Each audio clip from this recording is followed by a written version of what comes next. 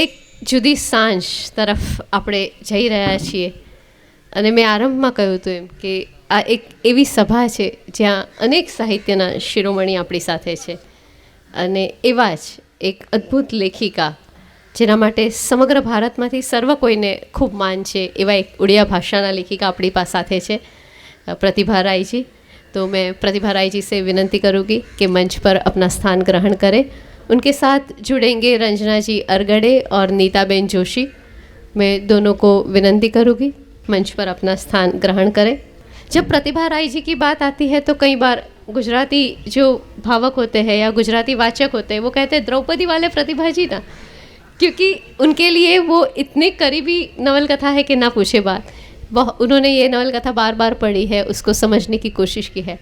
But प्रतिभा राय जी ने जो काम किया है, काफ़ी नवलकथाएँ लिखी, वार्ता लिखी है, मुझे उनमें सबसे एक अच्छी चीज़ जो लगी है उनके जीवन का, जब प्रतिभा राय जी की वेबसाइट पे जाते हैं तो पता चलता है कि उनके जीवन का एक अद्भुत मोटो है, live and let live, let live.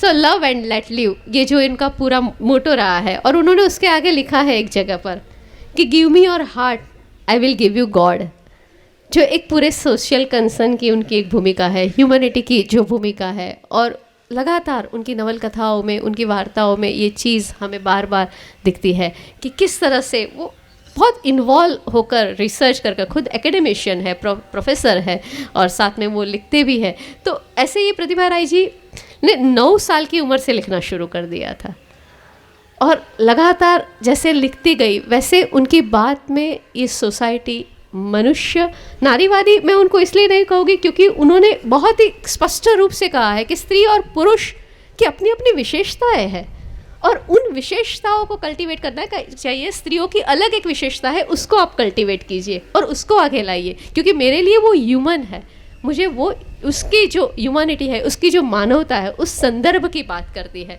तो ये लव की बात, पीस की बात, साथ में उन्होंने उनकी काफ़ी स्टोरीज़ में खास करके और नवलकथाओं में भी एक जो हमारे यहाँ ज्ञाति भेद या जाति भेद आता है तो उससे भी दूर उठने की जो बात आती है वो भी बार बार आती है। और वो कहते हैं बार बार कि आई एम ए ह्यूमनिस्ट, मुझे उसी तरह आप देखिए। तो हम कई बार ऐसा होता है कि किसी भी स्त्री लेखिका को हम देखते हैं, किसी स्त्री सर्जक को हम देखते हैं तो हम उसमें ढूंढने लगते हैं कि नारीवादी दृष्टिकोण से उन्होंने क्या कहा है, उन्होंने कौन से पुरुष समाज का विद्रोह किया है। अपनी विचार, अपनी चेतना को आप अपनी विशेषता बना कर रखिए। उसके लिए आपको किसी भी एक जाति या किसी भी एक लिंग का विरोध ना करना है और किस तरह से अपने आप को उभारना है, वो बात आज प्रतिभा जी के द्वारा और भी बहुत सारी बात उनके द्वारा यहाँ पर प्रस्तुत होने जाने वाली है। इस बैठक में हमने कुछ ऐसी चीज़ रखी है कि पहले हम प्रतिभा जी से विनती करेंगे कि वो थोड़ी सी बात करें, उनके लिटरेचर में से भी वो थोड़ा पढ़ेंगे। मैं उनको विनती करूँगी कि थोड़ी मिनटों के लिए, 1, 2, 3, 4 मिनटों के लिए आप अपनी उड़ीसा भाषा में भी पढ़िए, ताकि हमको भी वो भाषा का, जो हर भाषा का अपना एक टोन होता है, तो वो भाषा में भी हमको एक समझ में आएगा। तो वो हम कोशिश करेंगे और फिर वो इंग्लिश ट्रांसलेशन से भी थोड़ी पढ़ेंगे अपनी कृतियाँ और फिर थोड़ी सी बात करेंगे। उसके बाद मैडम हम ऐसा करेंगे कि हमारे साथ जो रंजना बेन और नीता बेन जुड़े हैं वो भी अपनी अपनी थोड़ी बात रखेंगे और आपको थोड़े से हमारे मन में जो मथामण, गुजराती में एक शब्द है जो मैंने वो गमे छे, हमारे मन की जो मथामण है वो आपके सामने प्रस्तुत करेंगे और आप उसके बारे में थोड़ा अंत में फिर से एक बार बात कीजिए। तो इस तरह से हमने ये पूरी बैठक का आयोजन किया है। तो मैं एक ऐसे सर्जक को यहाँ निमंत्रित करने जा रही हूँ जिनको ज्ञानपीठ अवार्ड मिला है, जिनको पद्मश्री अवार्ड मिला है, जिनको पद्म विभूषण अवार्ड मिला है और ऐसे बहुत सारे सम्मान के बाद इतना सहजपन जो है ना वो बहुत मुश्किल से आता है। आइए। Esteemed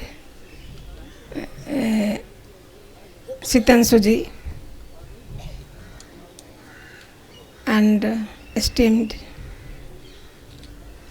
Madhav Kaushik ji, president Sahitya Akademi, learned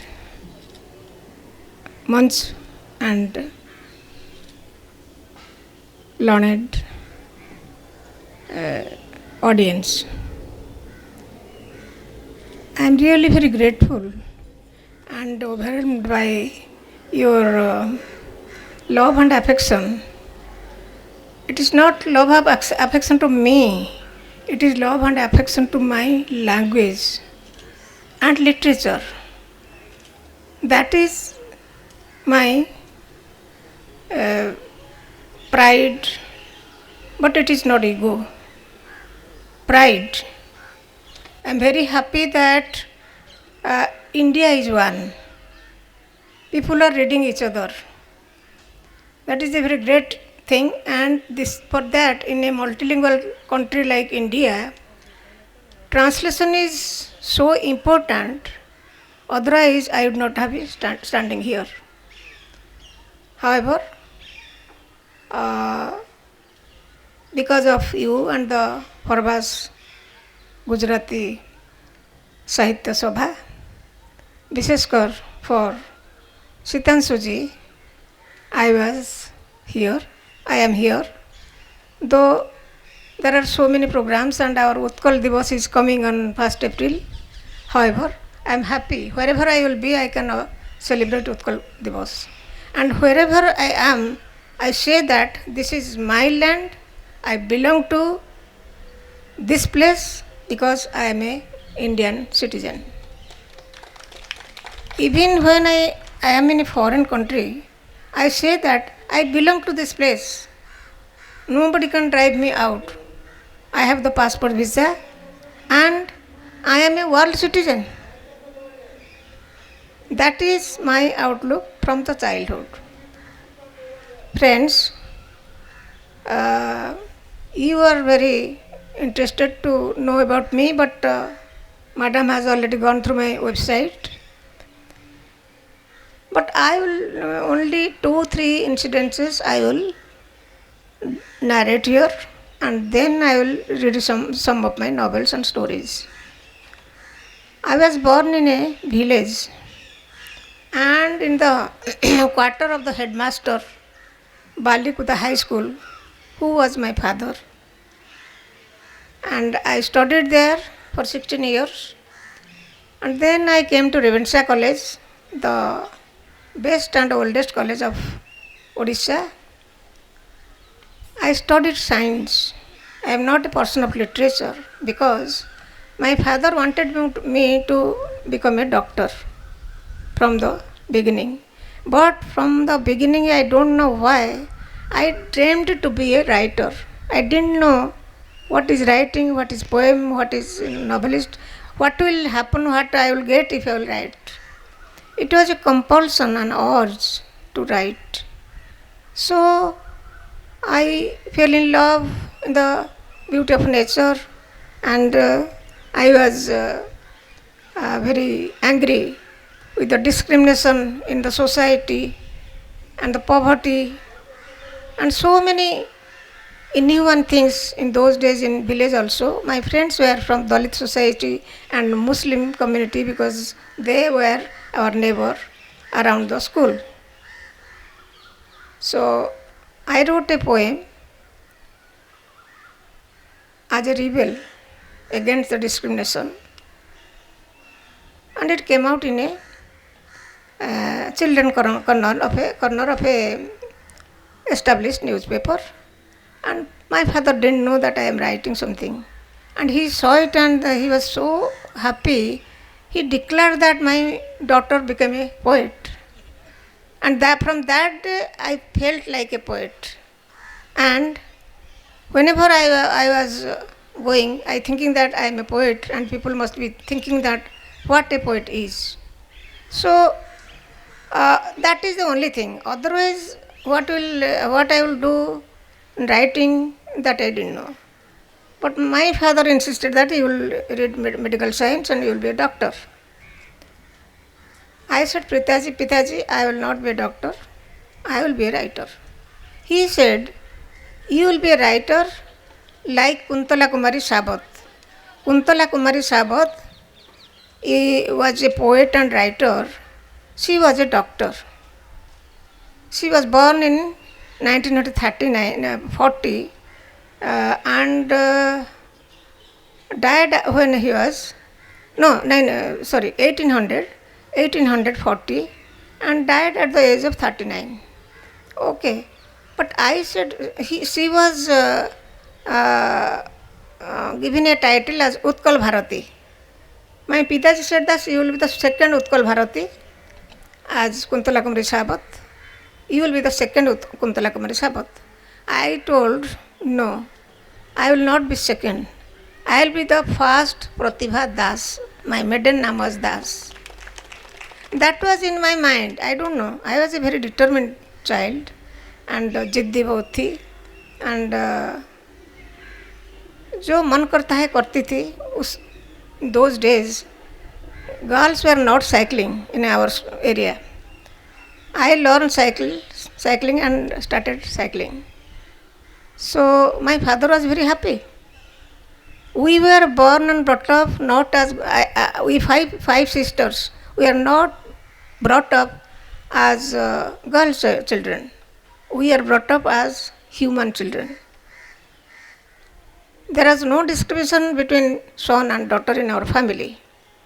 And my father, two things I was asking my father. What is there beyond the horizon? And what is above the sky?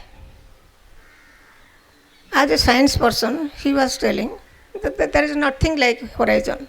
What I was doing to touch the horizon, where the sun is going, that inquisitive was with me in those early days.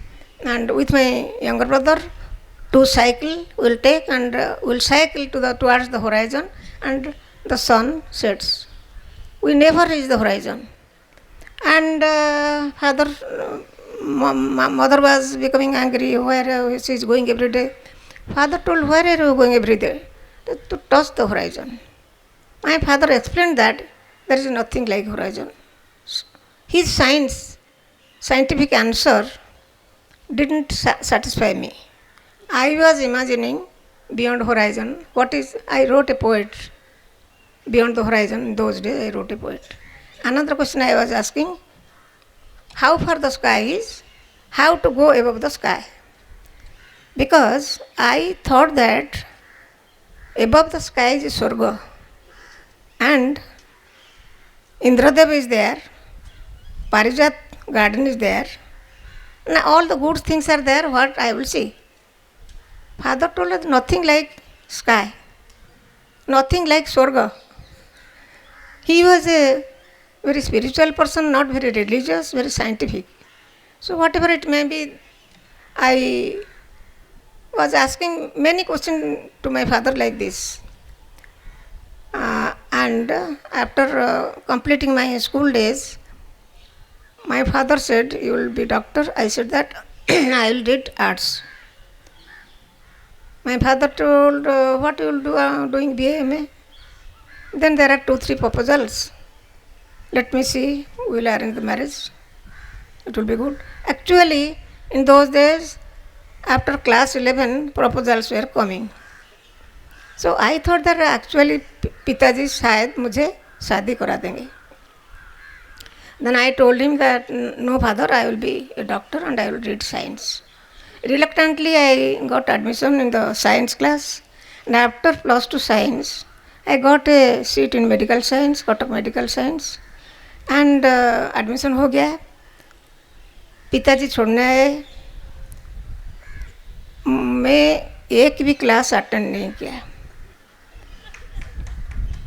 You just imagine what I did. I changed my subject. I again came back to my Revansha College and got admission in honors life science. पिताजी को पता नहीं था. I was so daring, but I was very afraid of Pitaji to go home in vacation, puja vacation. I wrote to my mother, Ma, I am very afraid of Pitaji. He doesn't know. He didn't know that I have changed my subject, and I am not going home this holiday. I will stay in my friend's house. Mother told, I knew that you will not read. पिताजी को बोली थी मैं, वो मर जाएगी, उसके heart fail हो जाएगी. पिताजी ने बोला हाँ हाँ, खबर जो न्यूज़पेपर में पढ़ता हूँ मैं, कभी कभी मेडिकल स्टूडेंट्स हार्ट फेल हो जाते हैं डर डर के मारे से. ऐसा होगा तो होगा, बहुत सारे ऐसा होता है. ऐसा करके वो जोक करते थे. So whatever it may, I shattered the dream of my father in that day to become a writer, not to become a doctor. I have never repented after that. So I continued writing poetry in my college days and was known as a poet. And I switched over to short story in my college days from poetry. Simultaneously, I was writing poetry and short story. And after some time, I wrote novels. After my marriage, I wrote novels. But I stopped writing for seven years after marriage for so many reasons. 3 children, Orthodox family, and so many problems. Of course, my Pitaji helped me to again start writing, and I wrote my first novel, Barsha, Basanta, Baishakh, 3 stages of life. And immediately that was accepted by the readers. And they asked the booksellers, is there any new novel from Pratibhaji? So they inspired me. And after that I continued writing. And gradually the awards, nobody writes for awards. Awards come subsequently. So the novel about you are discussing, Yajñaseni. I wrote Yajñaseni 40 years back. 40 years back. 85 में publish हुआ, 84 दिसंबर को and हुआ, 85 में publish हुआ. तो after that I have written 23 novels. But I don't know what is the magic with Yajñaseni, Draupadi. People were liking all over India in any language. I think that I don't know the reason. So many novels are there. And when I was writing, actually a writer, when writes something, he should be observed with that. मग्न होना चाहिए. मग्न नहीं होने से लिख नहीं पाएंगे, ऊपर से नहीं लिख पाएंगे. You have to be the character. You have to be the person and the society you are living in. And you will bleed with the character. You will suffer with the character. And you will celebrate the character's joy and suffer the agony. That as a writer you have to do. Therefore, I do that without experience, without research, without knowing properly the society, their problems and the characters. I don't put a word. It is a crime. Writing something about some society without knowing, reading some papers, reading some books, you will write, that is a crime. I don't do that.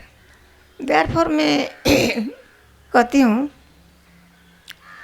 मैं ink में नहीं लिखती हूँ साहित्य. Chair पे बैठ के ink में नहीं लिखती हूँ साहित्य. मैं जमीन पे बैठकर रक्त में लिखती हूँ साहित्य. You have to bleed. With the characters you have to bleed. I am telling you the truth.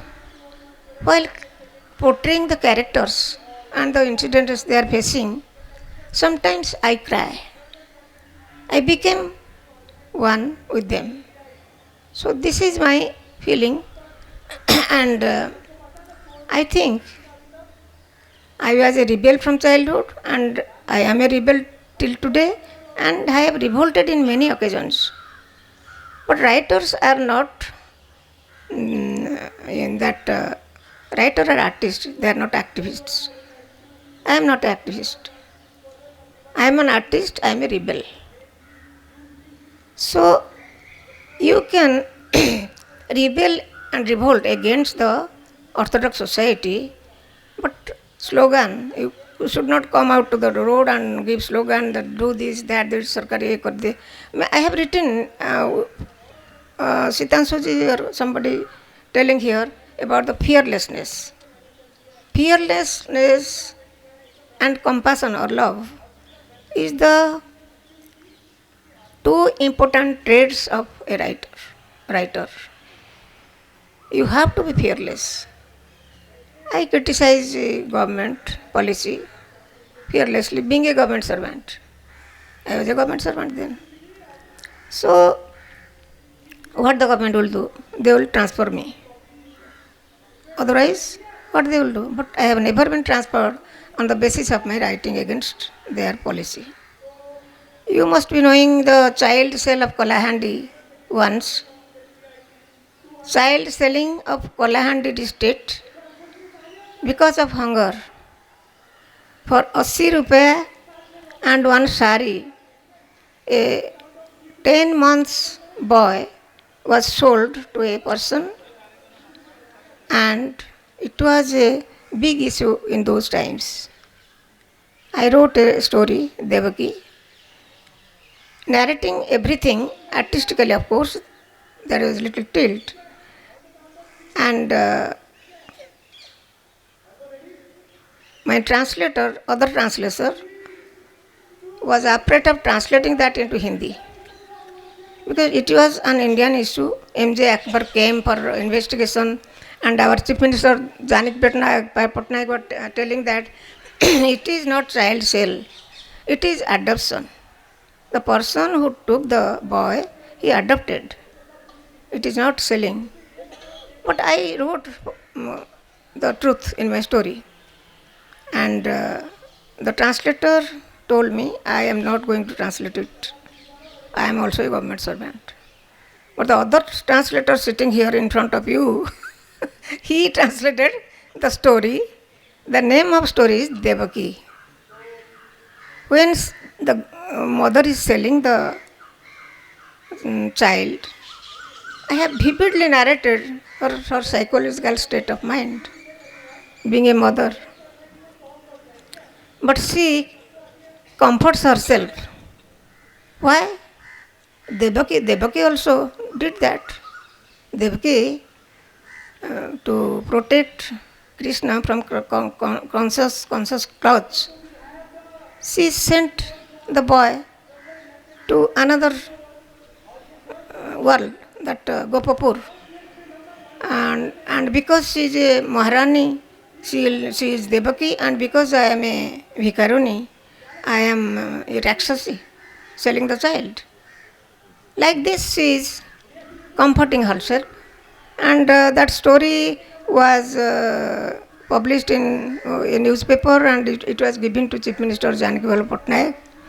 And somebody told me that Janaki Babu now have read the story, and you just get ready to go to Kolahandi. Then I said, okay, then I will see. But Janaki Babu was a writer, and such a fine gentleman, he didn't ask me anything. Otherwise, he told that person, it is a fine story. I have gone through it. It is a fine story. So, I do always. And writer is always a rebel. Camus said, every writer is engaged in a rivalry, culpable rivalry with God. Every writer is always engaged in a culpable rivalry with God. God के साथ भी rivalry होता है. Why did you do that? Why didn't you protect this earth? So, it is a long journey, and it was not that easy. Being a mother of 3 children, married in a Orthodox family, and working mother, teaching, and then came to Public Service Commission. Being a writer, doing all these things, not an easy task. I never sleep at night. After 11 or 12, I start writing. After preparing my classes, after seeing the homeworks of my children and other things. So every woman, working woman, they are doing that. I have not done a very great thing. That was my duty as a mother. But writing is my life. I don't write, I breathe. I breathe literature. And I always pray God, whenever, please bless me to die as a writer. जब तक मेरा brain ठीक है, अंगुलियाँ ठीक है ना, I don't write type, I right, I will write. Brain से जब नहीं होगा, forcefully I don't write. So nobody should write forcefully. Writers should know where to stop. So now also I have started a novel, and in those days the critics and other writers, male writers, I don't say female writer, male writer, now I was telling male writers, they said that she is a woman, what she will write? She is seeing the sky through the window. She has not seen the sky from the open air. What she will write? Love, frustration, otherwise what she will write? All this criticism I always take as challenge. Okay, I will show you. I never confront them, why did you say that, why did you write like that? I never told like that. I wrote a novel on the most primitive Bonda tribe. You don't know or I don't know. They are very savage. Always there on the hill there is murder.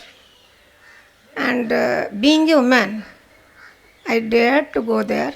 I took up my postdoctoral research on Bonda tribe, their criminal propensity and informal education. Formal education तो नहीं था. उसको लेकर start किया क्योंकि मुझे 2 साल के लिए स्टडी लीव मिलेगा. स्टडी लीव ले लिया और बोंडा हिल्स गया. So I dare to go to Bonda hills because I am a woman, because they don't kill a woman. You will be surprise to know that a 12 years Bonda boy marries a 20 to 24 years Bonda girls. That is the custom till 8. That makes them frustrated. That makes them maladjusted. That is the main reason for their killing and being savage. So I took 9 years to study them, and I wrote a big novel, Adi Bhumi. So this is my journey. I also wrote a Magnamati on the cyclone. हाँ, पढ़ के बताऊँगी. And frequently people ask me, why do you write? Other writers are facing those problems, questions. I say, to be very frank, I don't know why I am writing. How are you writing? Yes, I can say how I am writing. It may not be that for other writers, it may be different, but I can say how I write, but I cannot say why I write. That is each, that is an odds. So let me first read Odia में in my, this is Jagya Seni, which has gone 114 editions till today.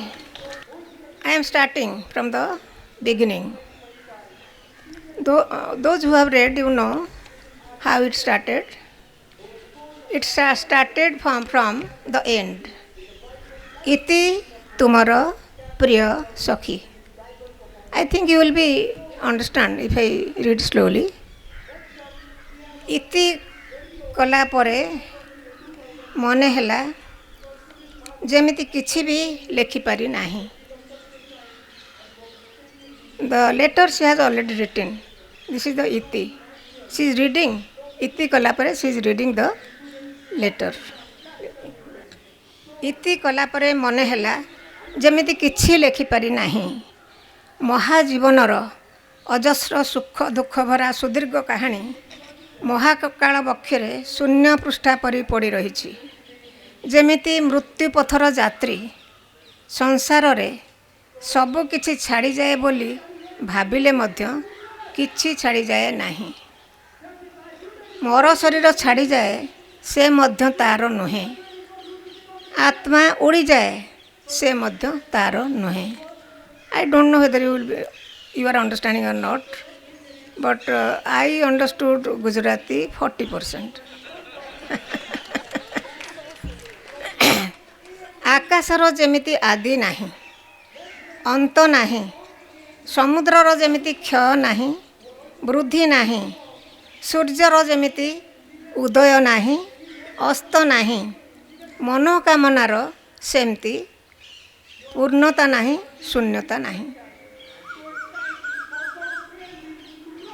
ଆମ ସମ୍ପର୍କର ବି ସେମିତି ସଂଜ୍ଞା ନାହିଁ, ପରିଭାଷା ନାହିଁ। ଜୀବନର ସବୁ କଥା କହିବା ପରେ ବି ଶେଷ କଥା ରହିଯାଏ। ସବୁକିଛି ପାଇବା ପରେ ବି ପୂର୍ଣ୍ଣତା ରହିଯାଏ। ସବୁକିଛି ଇତି କଲା ପରେ ବି ଆରମ୍ଭ ବାକି ରହିଯାଏ। କାହାର ଆରମ୍ଭ, କାହାର ଶେଷ? ଯିଏ ସୃଷ୍ଟି, ସିଏ ତ ପ୍ରଳୟ। ଯିଏ ଆରମ୍ଭ, ସେଇ ତ ବିଲୟ। ସେ ମହାକାଳ, ସେ ଅନାଦି, ସେ ଅନନ୍ତ। ଯେପରି ବାୟୁ ପୁଷ୍ପର ଗନ୍ଧ ଆହରଣ କରି ଉଡ଼ିଯାଏ, ସେହିପରି କାହାର ମଧୁର ଗନ୍ଧ ଅନୁସରି ଜୀବ ଏ ଦେହକୁ ଛାଡ଼ିଯାଏ। କେଉଁଠିକୁ ଯାଏ, କେଉଁଠୁ ଆସେ?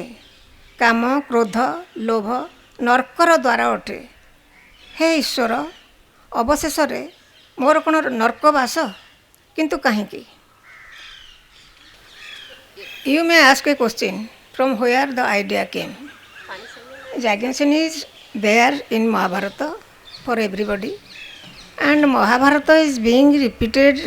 We are using myth, right? We Indian writers, any writer will have to adopt myth, because going to myth is going to your roots. And but why I wrote it? I was in class 9. I was in a village, The only interment was the opera party. Opera. In some festivals, the opera party came. There were 3-4 parties and competition between them. And that day, my father was a very lover of that play and theatre, etc. That day the play was Draupadi Chirharan. I was sitting in the front, class 9, and that scene was enacted by them. I could not tolerate. I was angry. I was angry with Dushasana first, angry with all the Pandavas, angry with the audience, those who were enjoying, and angry with my father. Because my father always protests any indecent thing and he revolts. He is a rebel, he is a reformer. He was seeing the drama sitting behind in a chair. I went to him. I asked my father, why this nasty drama is being enacted here? That should not be done. It is very indecent. This type of behavior to a woman in front of everybody should not be, even if it is in play. My father told, who can save it, because it is written by Vyasa Mahabharata. In Mahabharata long back. Why Vyasa wrote like this? He should not have written like this. Father told, now we cannot do anything. Okay, you go and see the drama and we will discuss later. I think that was the point. The seed of the novel entered into my creative subconscious. And 40 years back, 40 years back, or 35, 33, 6 years back, somebody told me that from Kolkata. She told that in our Kolkata किसी का नाम द्रौपदी दिया नहीं जाता है. क्यों? Because Draupadi was not satisfied with one husband, she married to 5 husbands. At that time, as a quite matured and had read Mahabharata, I told that it was not her fault. She was forced to do that. Now, whatever it may be, Draupadi married to 5 husbands. That is a taboo and stigma, and therefore in our Kolkata normally Draupadi नाम नहीं दिया जाता है. That day I started the novel as a revolt to portray the real face of Draupadi. In Mahabharata, Draupadi was eclipsed. Her true face was not portrayed by Vyasadeva. I thought I will portray the real face of Draupadi, and I wrote the novel. From the beginning, the para, finish. Your dear Sakhi. But after writing finish, it seems as though I have not been able to write anything at all. The long drawn tale of life, brimming with tears and laughter, lies fluttering like a blank scroll on the breast of inexorable time. As if the pilgrim on the road to death leaves behind everything in this world, though we may well so imagine actually he leaves behind nothing. Just this crumbling body is left here, and even that is not his own. The soul flies away. When was it his? When was it the soul was his? Anyway, the skies have no beginning and no end. The ocean neither wastes away nor increases. The sun neither rises nor sets. Your heart's desire is neither fulfilled nor left empty. Our relationship too has no name and no end. Therefore, in this insignificant letter, what final words will I be able to set down? Even after relating everything of life, the last word is invariably left unsaid. After receiving everything, fulfillment is left. After all has ended, the auspicious beginning remains. Beginning of what and whose end? What that which is creation is annihilation. Inauguration is itself dissolution. That is mighty time, eternal and finite.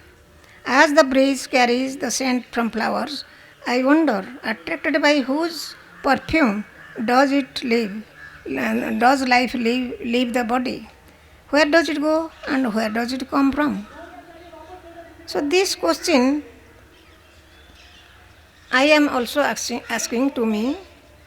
You people must be, where do we come? We have not even disclosed the mystery of life and death. Science has failed. Let me read from the novel. Hindi में अंतिम ईश्वर, ओडिया में शेष ईश्वर, and has been translated by the great Rajendra Prasad Mishra. He has published 9-10 of my books, story collections and novels altogether. So Antim Ishwar is a different novel. The canvas is the whole world. Not Odisha, not India, not Gujarat, no, not anywhere, the whole world. And what is happening in the world nowadays, that is been described in the novel as a protest. And the protagonist is an orphan who doesn't know about his parents and origin. His appearance is mixed. Indian, Eskimo, European, like that. Because in tribal areas, many foreigners come and they stay there for many years. The Bonda tribe, when Bondo Highlander was written, what is the writer's name? Bondo Highlander. He was an anthropologist and was an administrative officer here during British time. He went to Bonda Hills to research on Bondo tribe and married a Bonda girl to know everything. So they do like that. And they leave the children here and they go. That was happening there. So that boy was telling, I am not Hindu, I am not Muslim, I am not Christian, I am human. My religion is humanism. Can't I live in the world without any so-called religions? That is his question. And he is a rebel and he has the quest for finding God, to ask why it is happening, where are my parents? So the entire novel is the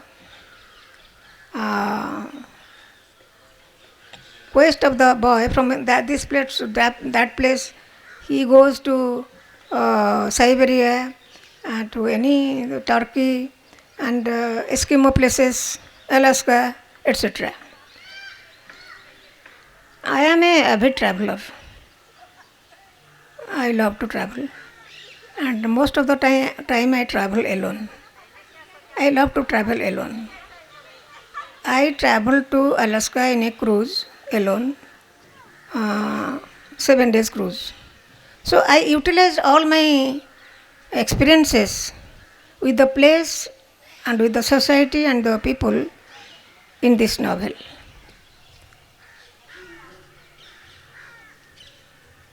मनुष्य से दूर भागना उतना आसान नहीं था. मनुष्य से दूर भागना उतना आसान नहीं था क्योंकि his name is Masak Nomad. He named himself. Masak means the soft snow. The soft and the autumn's soft snow.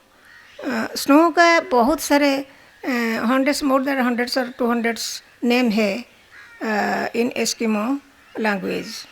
So Masak is a word. The meaning is the autumn's spring, a soft snow. So वो mask नाम है, mask and title है nomad. क्योंकि mask nomad जिस ओर भी डग बढ़ाता वहाँ होते मनुष्य की कृति और दुष्कृति. वह किसके पास जा रहा था, कहाँ की थी उसकी यात्रा, तो क्या उसका कोई लक्ष्य स्थल नहीं थी. जीवन के तरह तरह के कटु और मधुर अनुभवों के बावजूद लक्ष्यहीन यात्रा की अंतिम परिणति के बारे में क्या वह नहीं जानता था. जो अबोध सा भाग रहा था एक अनजाने पथ पर किसी अज्ञात की तलाश में, तो क्या वह मनुष्य से दूर भागकर ईश्वर की तलाश में निकला था. एक्चुअली द होल उपन्यास is novel is searching the God. Masak says, the God who is not talking, laughing, crying, sitting only, seeing everything, doing nothing, eating everything, and hungry people are outside the temple, how he can be God? His questions. So these things, she says, and he was searching a talking God, laughing God, smiling God, Jibanta Ishwara. So whole world he traveled and तुम्हें ढूंढते ढूंढते during his journey to find Ishwar many characters आते हैं. So many characters in the novel, and the characters they don't belong to only India or any place, they belong to any place. So ultimately ultimately क्या होता है कि इधर Turkey का Siberia में जो सीरिया लिबिया के वार चल रहा था, जो डेड चिल्ड्रन फ्लोट करके आते थे एजियन सी में, ये सब वर्णना किया गया है कि उस समय I was in Turkey, I have seen that boy floating in the water, the dead boy, and I use that image here. And मासा छोड़ दिया, वो लैंड छोड़ दिया, वो सागर के उस पार एक अननोन आइलैंड में जाके पहुंचा एंड सोचा इधर मुझे कोई जात पात के बारे में नहीं पूछेंगे, मेरा रिलीजन के बारे में नहीं पूछेंगे, मेरा पिताजी के बारे माताजी के बारे में नहीं पूछेंगे, मैं इधर रहूँगा और ईश्वर को ढूंढूंगा, शायद इधर ईश्वर मुझे मिल जाएंगे। मैं एक सामान्य मनुष्य हूँ, साधु संत नहीं कि मुझे ईश्वर दिखा जाएंगे। इसलिए यह बात भी तुम छोड़ दो, मुझे तुम भले ही दर्शन मत दो, सिर्फ इतना ही बता दो क्या तुम सांप्रदायिक हो, तुम्हारे नाम पर नरसंहार होने से क्या तुमको तृप्ति मिलती है।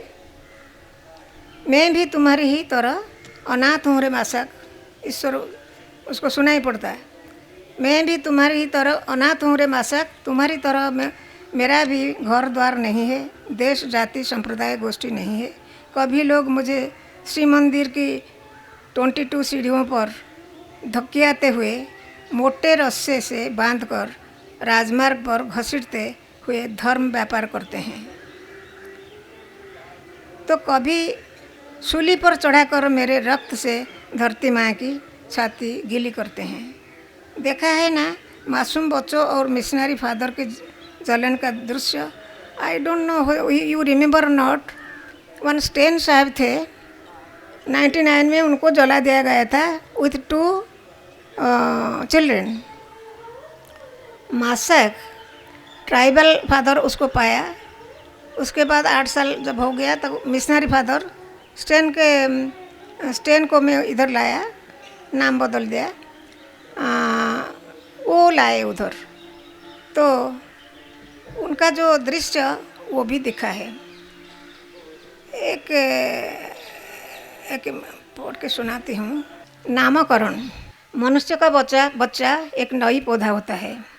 हृदय के कोमल अनुराग से माटी के भिगोकर स्नेह ममता के जन्म से बूंद भर डालने पर देखते देखते जड़ें फैल जाते हैं। उस माटी पर पैर थाप कर जी जाता है इंसान। मासक ने भी बहुत जल्द हैप्पी होम के माहौल में खुद को ढाल लिया था। उसको जब मिशनरी साहब ले आए, उसको बोले कि तुम घर जाते हो। He wanted to remain in a घर, father mother brother sisters, but he saw that he is in a hostel with orphan children. फुर्सत के समय वह फादर के सहयोगी की तरह काम करता था। वह फादर का बैग ढोकर जंगली रास्ते में काफ़ी दूर तक पैदल जा सकता था, क्योंकि वह पहाड़, जंगल, नदी, नालों, जीव जंतु, आदिवासियों और रीतियों की नस नाड़ी अच्छी तरह पहचानता था। एक दिन रोगी देखने के लिए मयूर के साथ, इसको पहले तो मयूर बोलते थे क्योंकि एक मयूर झोला है, स्ट्रीम, झरना, इसका नाम मयूर झरना, इसलिए उधर ही पड़ा था, इसलिए उसको मयूर बोलते थे। फादर तो मयूर नहीं बोलते, मेयर बोलते थे। एक दिन रोगी देखने के लिए मयूर के साथ जंगली रास्ते से जाते समय फादर ने उससे स्नेह भर स्वर में कहा, मेयर, तुझमें एक मिशनरी मन है, तेरा भविष्य उज्जवल दिखाई दे रहा है। दूसरे बच्चों की तुलना में तो अधिक परिश्रमी और बुद्धिमान है। तुझसे मैं अपने बच्चों जैसा स्नेह करता हूँ, जबकि ऑर्फनेज के सारे बच्चे मेरे ही बच्चे हैं। फादर की प्रशंसा में अपना उज्जवल भविष्य देखकर सरल बालक मयूर ने कहा, फादर, काफ़ी दिनों से मैं एक बात सोच रहा हूँ, आज वह कहना चाहता हूँ। विलियम, जैक, कूपर और क्लोई साहब के 4 बच्चे, मैं 4 बच्चा कर दिया तो थोड़ा टिल्ट करना पड़ा। विलियम, कूपर और क्लोई की तरह मैं भी आपको डैड कहकर बुलाऊंगा। ऑर्फनेज के बच्चों की तरह मैं आपको फादर कहकर पुकारना नहीं चाहता। फादर ने जंगली रास्ते में कांटा गड़ जाने से चौंकते हुए कहा, तू कितना नासमझ है रे मेयर, तू समझा नहीं पा रही कि तू मुझे कभी भी डैड नहीं बुला सकता। मैं सिर्फ अपने ही 4 बच्चों का डैड हूँ और सारी दुनिया के बच्चों के फादर हूँ। तू अभी बच्चा है, नहीं समझ पाएगा कि डैड और फादर में क्या फ़र्क है। सभी बच्चों की तरह तू भी मुझे फादर कहकर बुलाना। फादर या डैड में कुछ भी कहकर बुलाने से तेरे प्रति मेरा स्नेह कम होने वाला नहीं है, यह तो तू जानता है। मयूर ने बोला, डैड बुलाने में दिक्कत क्या है? फादर और डैड दोनों शब्द जब एक ही है तो दिक्कत क्या है? अर्थ एक नहीं है पागला। डैड डीएनए, तेरा डीएनए मेरे डीएनए से मिल नहीं पाएगा, इसलिए तू मुझे सिर्फ फादर ही बुलाना। जीवन में बच्चों के डैड केवल वे ही व्यक्ति होते हैं जो बच्चों को इस पाप भरी दुनिया में लाने के लिए ईश्वर से प्रेरित होते हैं। लेकिन सभी बच्चों के जीवन में अनेक फादर आएंगे जो स्वर्ग के पथ पर आगे ले जा सकते हैं। मैं वैसा ही एक फादर हूँ। निराश होकर मयूर बोला, फादर और डैड के बीच में क्या जटिल अंतर का समझ नहीं पाया। उसका उम्र नहीं होता, क्या करने से फादर के डीएनए से उसका डीएनए में मेल खाएगा, यह वह समझ नहीं पा रहा था। दरअसल डीएनए क्या चीज़ है वह नहीं समझता था। यही बात उसने फादर से पूछा। फादर ने कुछ झिझकते हुए बोला, ये सब काफ़ी गूढ़ बात है, इसलिए तो कहता हूँ तू डॉक्टरी की पढ़ाई पढ़, तब जाकर समझेगा डीएनए क्या चीज़ है। इस बारे में फिर कभी कोई सवाल मत करना, क्योंकि मैं तुझे किसी भी तरह विज्ञान की यह जटिल बात अभी समझा नहीं सकता हूँ। मासाक निराश हो गया और उसने दोबारा अपने मन को समझा लिया, किंतु फादर से यह जिद की उसने कि वह मदर ग्लोरी को मम्मी कहकर बुलाएगा। फादर ने बोला, you can call mother Glory mum, but you can not call me dad.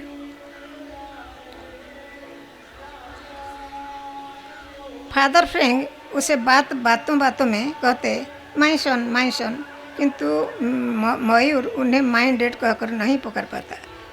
बिन माँ बाप की संतान का दुख मयूर ने उस दिन समझा था जिस दिन फादर फ्रैंक कर दिया। फादर फ्रैंक ने उसे अपनी संतानों से अलग पंक्ति में खड़ा कर दिया।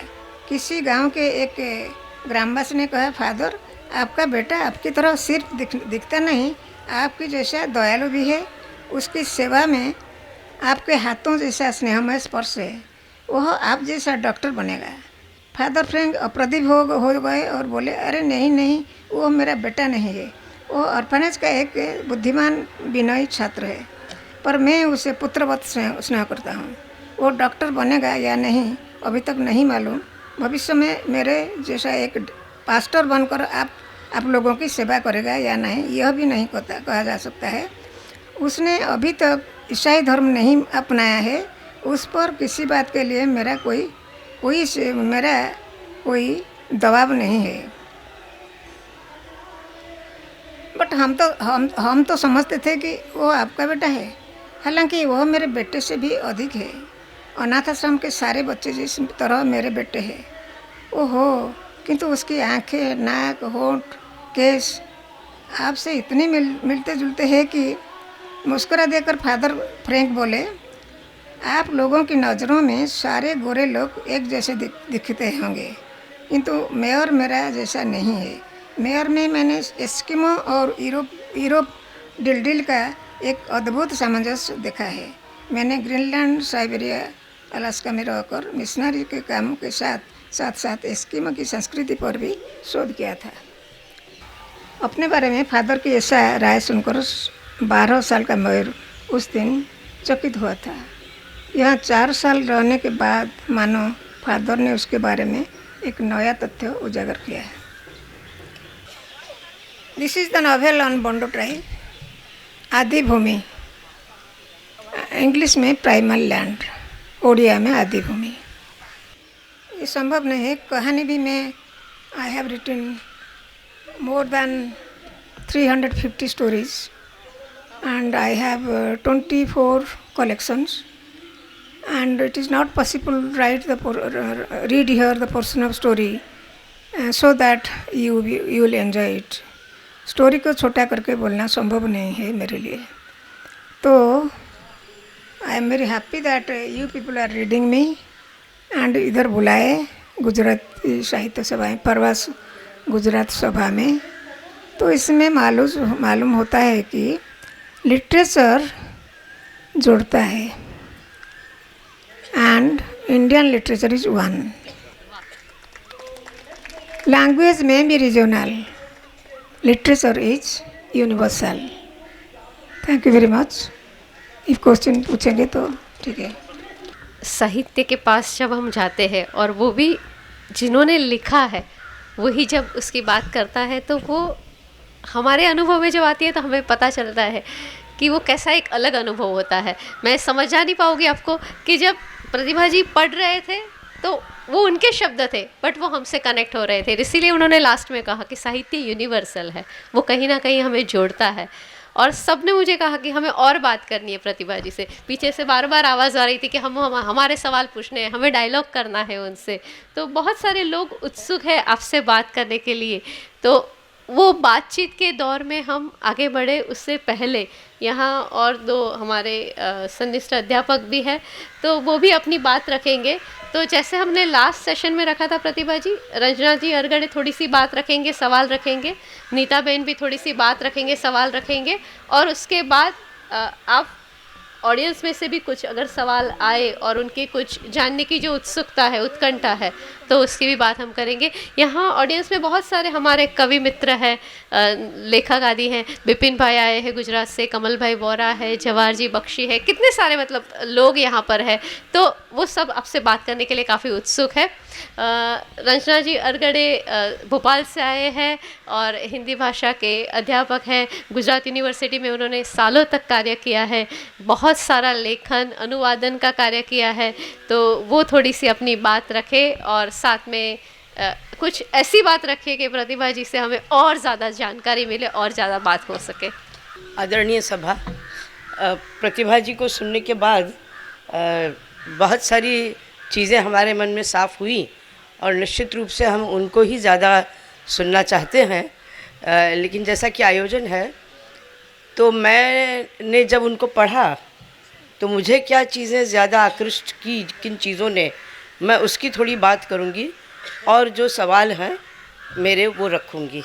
कार्यत्री प्रतिभा और अकादमिक जगत के शिखर पर बैठी प्रतिभा राय जी को पढ़ना यानी संवेदना के व्याप एवं गहराई, चिंतन की विलक्षणता तथा जिसे कुंतक कविकर्म कहता है उस कौशल को जानना है। उनके लेखन का मूल मंत्र है सामाजिक समानता, प्रेम, शांति और एकीकरण, और ये उनकी खोज अभी तक जारी है।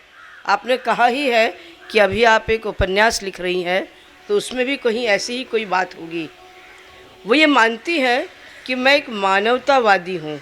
समाज के स्वस्थ कामकाज के लिए पुरुषों और महिलाओं को अलग तरह से बनाया गया है। महिलाओं को जिस विशेषताओं से संपन्न किया गया है उनका सम्मान किया जाना चाहिए। हालांकि एक मनुष्य के रूप में महिला पुरुष के बराबर है। वे अपनी मान्यताओं के प्रति मनसा वाचा कर्मणा यानी लेखन प्रतिबद्ध हैं, क्योंकि उनका यही तो कर्म है। जैसे परीक्षण के लिए चावल का एक दाना ही काफ़ी होता है, उसी तरह प्रतिभा राय जी की कुछ एक रचनाओं से गुजरने पर ही उस ऊंचाई का आभास होता है जहां वे अपने पाठकों को ले जाना चाहती हैं। उनका लेखन हमारे भीतर तरह तरह की उथल पुथल मचाता है, पर सबसे पहले जो भाव उनको पढ़ने के बाद मेरे भीतर आया वह चकित होने का था। पढ़ लेने के बाद पता चला कि वे चित्त विनोदन के लिए नहीं, चित्त चिंतन के लिए लिखती हैं। जब एक लेखक आपको चकित करता है, इसका अर्थ यह है कि वह आपको पुनः आपके उस पाठकीय अकपट तक ले जाना चाहता है। इनोसेंस, पाठकीय इनोसेंस, जहाँ आपको विचारधाराओं ने दूषित नहीं किया है। हालांकि मैं उतना ही पढ़ पाई जितना हिंदी में मुझे उपलब्ध हो सका। जैसे आदि भूमि मैं पढ़ नहीं पाई हूँ, पर उसके कुछ पृष्ठ पढ़कर ही उसकी भाषा के सौंदर्य ने मुझे जैसे जकड़ लिया। गिरिमाला की तरह चढ़ती उतरती वाक्य रचना ने मुझे हैरत में डाल दिया। यह उपन्यास, जैसे कि उन्होंने कहा ही है तो मैं उसको नहीं पढ़ती, ज्ञान से किस तरह, लेकिन उन्होंने जो इस पर डॉक्टरल रिसर्च किया है उसके संदर्भ में मैं कहूँगी कि ज्ञान से किस तरह सृजनात्मक साहित्य को रचा जा सकता है। आदि भूमि इसका उदाहरण है। इस कृति की एक झलक जो कि मैंने अनुवाद में पढ़ी तो मेरे मन में यह ख्याल आया कि मूल में उनका लेखन अपनी अभिव्यक्ति और प्रस्तुति में कितना लाजवाब होगा, और यह हमारा सौभाग्य है कि आज आपको मूल में भी थोड़ा बहुत सुनने का अवसर मिला। यहीं से मैं अपनी बात का सिरा पकड़ूंगी। जो बात प्रतिभा जी की रचनाओं में पहली नज़र में मुझे पकड़ लेती है वह है उनकी रचनात्मक संरचना और उनका यह न भूलना कि वह अपनी रचनाओं के द्वारा आखिरकार क्या चाहती हैं, एकदम लक्ष्यबद्ध, और यह सब करते हुए कलात्मकता को बिल्कुल भी चोट न पहुंचाना। यही वह कवि कर्म है जो आपको बांध लेता है। इस संदर्भ में चाहे उनकी कहानियाँ हों या उपन्यास, आकर्षित तो हमें उसकी संरचना ही करती है। उनकी कहानियाँ अनपेक्षित अंत की तरफ ले जाती हैं। यह कहने की अपेक्षा मैं कहना चाहती हूँ कि उनकी कहानियाँ चौंकाने वाले सत्य की तरफ ले जाती हैं। इस तरह का अंत अमेरिकी कथा लेखक ओ हेनरी की तरह लग सकता है। हमें यह भी लगे कि अब यह तरीका पुराना हो गया है, पर प्रतिभा राय की कहानियों की बुनावट इसे नयापन देती है। जैसे वार्धक्य भत्ता कहानी हमें इस अंत तक ले जाती हैं कि झीनी संवेदना को बचाने की कीमत बूढ़े पति पत्नी को यह मिली कि वे बदनाम हो गए कि कितने कंजूस, लोभी और कठोर हैं। कहानी के में अंत की इतनी संभावनाएं थी, पर प्रतिभा राय एक अलग ही सत्य तक हमें पहुंचाती है। उसी तरह अंगूठी कहानी में दारुण गरीबी में अपने बेटे को सरकारी अस्पताल में ले आने वाली बुढ़िया जब मरे हुए बेटे की उंगली से अंगूठी बड़ी बेदर्दी से निकालती है, तब पता चलता है कि सारी मानवीय संवेदनाओं के ऊपर है गरीबी, और अंत तक उससे लड़ने की कोशिश, और यह सब कितनी करुणा पैदा करता है। या ईश्वर कहानी, आपकी कहानी में भी ईश्वर है, जैसे उपन्यास है, या ईश्वर कहानी में भिखारी और ईश्वर को एक ही श्रेणी में रखकर व्यंग और विडंबना के माध्यम से अपनी बात प्रतिभा जी ने की है। ऐसी ही विडंबना पादुका पूजन में है। मन का पुरुष तो हमें एकदम वाचाहीन कर देती है, हमारी कल्पना से एकदम जुदा। यह अंत ही उनकी कहानियों की संरचना को विलक्षण बनाता है। अब देखिए, वो इतनी अद्भुत कहानी है कि जिसमें पति पत्नी बूढ़े होने तक प्रेम से रहते हैं और सब कुछ हो जाता है, और वो फिर उसका देहांत हो जाता है पत्नी का, और बहुत शोक मनाता है, सब कुछ करता है, और अंत में एक बार एक पोटली में जिसमें पैसे थे उसमें एक चिट्ठी निकलती है, डायरी कि उसमें वो लिखती है, अपना प्रेम व्यक्त करती है, लेकिन लिखती है वो कि मैं अगले जन्म के लिए इनको पति के रूप में नहीं चाहूँगी, क्योंकि ये मेरे मन का पुरुष नहीं है। तो ये जो है वो एकदम आप सोच नहीं सकते हैं कि इस कहानी का अंत ऐसा हो सकता है। प्रतिभा जी के उपन्यास, चाहे वो याज्ञसेनी हो या कोणार्क हो या आदि भूमि भी है, जैसे हमने देखा, वो सारे शोध पर आधारित हैं। और आपने अभी इस बात को कहा भी कि बिना रिसर्च के कोई चीज़ लिखी नहीं जा सकती। कपोल कल्पना में वे नहीं खेलती। मिथक, इतिहास, पुराण आदि पर लगभग हर भाषा के साहित्यकार ने रचा है। कोणार्क पर हिंदी में नाटक भी है और खंडकाव्य भी है, पर प्रतिभा जी ने इसमें मुख्य स्थपति के बेटे के द्वारा शिखर के चढ़ाए जाने की किंवदंती को खारिज किया है, वो लेकर ही नहीं आती है। इससे कोणार्क की कथा में मतलब जो हम जानते हैं कि इसमें ऐसा ऐसा हुआ है, कोई ऐसा परिवर्तन नहीं लगता कि अरे वो तो बेटा तो है ही नहीं उसमें, तो ये कहानी कैसे आगे बढ़ेगी। वो हमको याद भी नहीं रहता कि वो हमको खले, अथवा इसके पहले पढ़ा हुआ हमें अधिक प्रभावशाली लगे।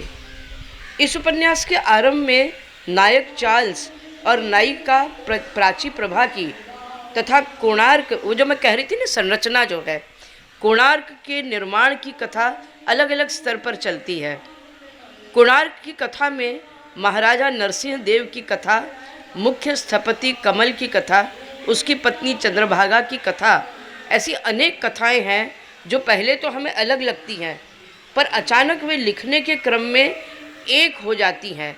यानी एक पैराग्राफ में अगर वो स्थपति की बात कर रही हैं तो दूसरे में चार्ल्स की बात कर रही हैं, तो वो समय जो पूरा यहाँ से वहाँ ले जाती हैं। परंतु अचानक वे लिखने के एक क्रम में आ जाती हैं, मिल जाती हैं। यह मिलना वर्तमान के चरित्र, इतिहास के चरित्र और लोककथाओं के चरित्र को एक तार में गूंथ देते हैं। कोई पोथी मिली हो और कथा खुले, यह तो हमें हजारी प्रसाद द्विवेदी जी में भी मिलता है, पर यहाँ उसकी ट्रीटमेंट बहुत अलग है।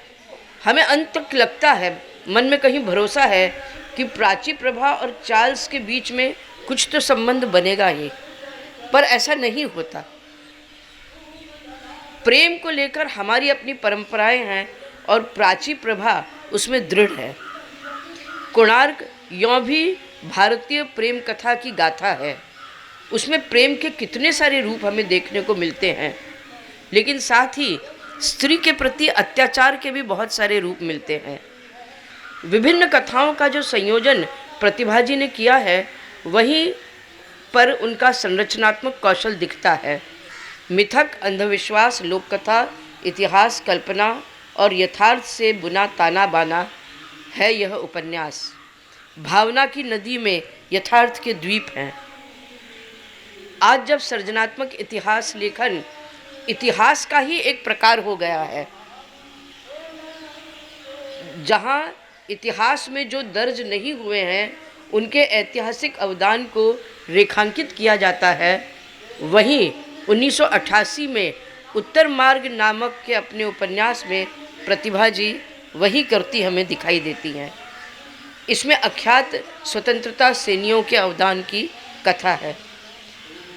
कोणार्क भी कुशभद्रा के शिल्पीपति लक्ष्मण महाराणा जी द्वारा अपने वंश का अनुभूतिपूर्ण इतिहास है, जिसे पीढ़ियों पहले लिखा गया था और पीढ़ी दर पीढ़ी सहेज कर रखा गया था। जाहिर है यह लेखिका की अपनी कल्पना है। यही वह संरचना भी जो है जो उपन्यास को विशिष्ट बनाती है। मैं अपनी बात एक आखिरी मुद्दे से समाप्त करना चाहूँगी, जो वर्तमान समय में हमारी एक राष्ट्र के रूप में स्थिति है, समस्या भी हो सकती है। कोणार्क उपन्यास में एक स्थान पर प्रतिभा जी चार्ल्स के जरिए कहती हैं, सूर्य के प्रकाश में जाति, देश, धर्म या संप्रदाय का कोई भेद नहीं, सबके लिए वह समान है। ध्यान रहे, चार्ल्स वर्तमान में खड़े होकर इतिहास में निर्मित सूर्य मंदिर के लिए कह रहा है, जबकि इतिहास में नरसिंह देव के साम्राज्य के समय केवल उत्कल और कश्मीर हिंदू राज्य रह गए थे, चारों तरफ से मुसलमानों ने घेर लिया था। ऐसे एक हिंदू राज्य में बने कोणार्क का यह संदेश आज हमें बहुत अनिवार्य लगता है। कोट है इसमें, कोणार्क का सूर्य मंदिर सर्वधर्म पीठ है, ईश्वर एक है, मानव एक, यही कोणार्क कला का संदेश है, यह चार्ल्स का सपना है। इसे हमारा सपना होना चाहिए। मेरे मन में एक सवाल है कि यह सपना प्राची प्रभा क्यों नहीं देखती, चार्ल्स क्यों देखता है? समयबद्धता के कारण मैंने केवल इंगित भर किया है, वरना बहुत कुछ कहा जा सकता था। और मुझे आपने अवसर दिया यहाँ कुछ बात कहने का, इसलिए मैं आयोजकों की आभारी हूँ। और इस बहाने प्रतिभा राय जी को और आगे पढ़ने का संकल्प भी मेरे मन में ज़्यादा दृढ़ होता है। धन्यवाद। प्रतिभा जी, रंजना जी की बात का जवाब नीता जी की बात सुनने के बाद देंगे। नीता जी गुजरात से आए हैं, हमारे स्टोरी राइटर हैं और फार्मर्स गुजराती सभा त्रैमासिक में नियमित रूप से पुस्तकों के अवलोकन लिखती है, बहुत ही खूबसूरत स्टोरियाँ लिखती है। तो एक स्टोरी राइटर के मन में दूसरे स्टोरी राइटर के प्रति क्या भावना है और क्या प्रश्न है? आइए नीता जी। आदरणीय श्री प्रतिभा जी को वंदन, सीतांशु सर को वंदन, यहाँ उपस्थित साहित्य प्रेमी वर्ग को वंदन। आज मुझे इस मौका मिला है तो मैं बड़ी प्रसन्न हूँ। मैं बहुत बड़ी बातें तो नहीं करूँगी, पर मुझे थोड़े सवाल है वो रखने का प्रयास करती हूँ। मैंने प्रतिभा जी आपकी यज्ञसेनी पढ़ा। वैसे तो हिस्ट्री से ही जुड़ा हुआ कैरेक्टर है, पर आपने उसमें बहुत अपनी सृजनात्मकता रखी है। तो उनमें मुझे दो जगह तो बहुत सुंदर लगी। एक तो द्रौपदी जैसे जैसे कठिन परिस्थितियां सामने आती है तो उस क्षण को बड़े सुंदर तरीके से पलटा देती है, यानी कि पीड़ा के क्षण को वो ताकत बना देती है। तो वो बात है, वो एक नारी गौरव की बात है। तो वो बात तो मुझे सुंदर लगी। दूसरी बात ये सुंदर लगी कि वो जब 5 होने वाले पति को एक एक रात चर्चा करती है, उनमें भी आपकी सृजनात्मकता बहुत सुंदर है। एक स्वाभिमानी स्त्री, एक गर्विष्ठ स्त्री कैसी होती है, उनका उदाहरण हमें मिलता है। और आपने बड़ा संतुलन साधा है कि कहीं पर वह कृष्ण को अधिक न प्रेम कर बैठे, न कर्ण को अधिक प्रेम न कर बैठे, न अर्जुन को न कर बैठे। 5 पति है और उनमें भी उनका सतीत्व है, उनको कहीं पर क्षति न पहुँचे। तो ये बड़ी सुंदर तरीके से आपने बात रखी है। और मुझे यहाँ पर एक सवाल ये होता है कि आपकी द्रौपदी फिर भी हमारे लिए आदर्श नहीं बनी। हमारी भारतीय संस्कृति में हमारे पुरुष वर्ग ने भी नहीं चाहा कि उनकी बेटी बीवी द्रौपदी जैसी बने, वरना सोचे तो द्रौपदी का लक्ष्य बड़ा था कि धर्म की स्थापना हो। तो उन्होंने अपने निजी जो संघर्ष है उनको अपने आप को डाल दिया संघर्ष को, कि निजी स्वार्थ को नहीं देखा। उन्होंने सोचा कि मैं 5 को इकट्ठा कर लूँ, एक सूत्र में बांध लूँ तो एक बहुत बड़ा कल्याण हो सकता है। क्या आज के समय में यदि स्त्री इतनी आत्मनिर्भर स्वाभिमानी हो तो हमारा पुरुष सह पाएगा? या तो आपने एक समय का लंबा दौर देखा है, तो आज आप द्रौपदी का फिर से निर्माण करती तो आप किस कोई बदलाव रखती आज के स्थिति से? ये मेरा पहला सवाल। दूसरा, यज्ञसेनी में ही दूसरा सवाल मुझे ये हुआ कि जब अंत में कृष्ण से वो बात करती है कि कृष्ण मुझे बस बहुत हो चुका है, अब तो मुझे 5 वरदान दे। और उनमें एक वरदान वो ऐसा मांगती है कि मुझे यही भारतवर्ष में ही जन्म मिले, पर वो रिश्तों में वो मैत्री धर्म को, यानी कि कृष्ण और द्रौपदी का रिश्ता है, उनको वो उचित समझती है या तो मांगती है कि मुझे वो स्पिरिचुअल रिश्ता है वो चाहिए। तो मुझे वहाँ यहाँ पर भी थोड़ा संशय तो नहीं, पर मुझे आपके विचार जानने हैं कि आपने यही रिश्ते को क्यों चुना, वो। और एक आखिरी प्रश्न कि आपने बोंडा जाति के बीच जाकर उस समय में बहुत बड़ा काम किया। हमें वैसे तो अच्छा लगता है कि ऐसी जो छोटी छोटी जाति है, या तो आदिवासी हो चाहे हमारे गुजरात में भी बहुत सारी हो, वो जो प्राकृत रहे, स्वाभाविक रहे, निसर्ग के साथ जुड़ी हुई रहे। पर वैश्विकीकरण के इस दौर में ये भी संभव नहीं है कि हम उन्हीं को प्राकृति रहने दें।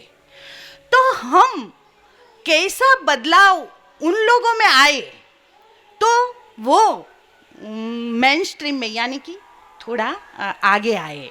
तो उनके बारे में आप विद्वत जन क्या सोचते हो? ये मेरी भावना है कि मुझे कुछ उनका जवाब मिले। मैं बस यहाँ पर मेरी बात रखती हूँ। मैं ज़्यादा तो वो प्रतिभा जी से ही सुनना चाहती हूँ। और बड़ा मुझे आज गौरव है कि ये प्रतिभा राय हमारी पहली ऐसी नारी प्रतिभा है जिनको मूर्ति देवी पुरस्कार पहली नारी प्रतिभा को मिला था।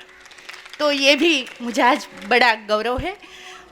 सुनने के लिए सभी का धन्यवाद। मैं आशा रखती हूँ प्रतिभा जी मेरे सवाल का जवाब दें।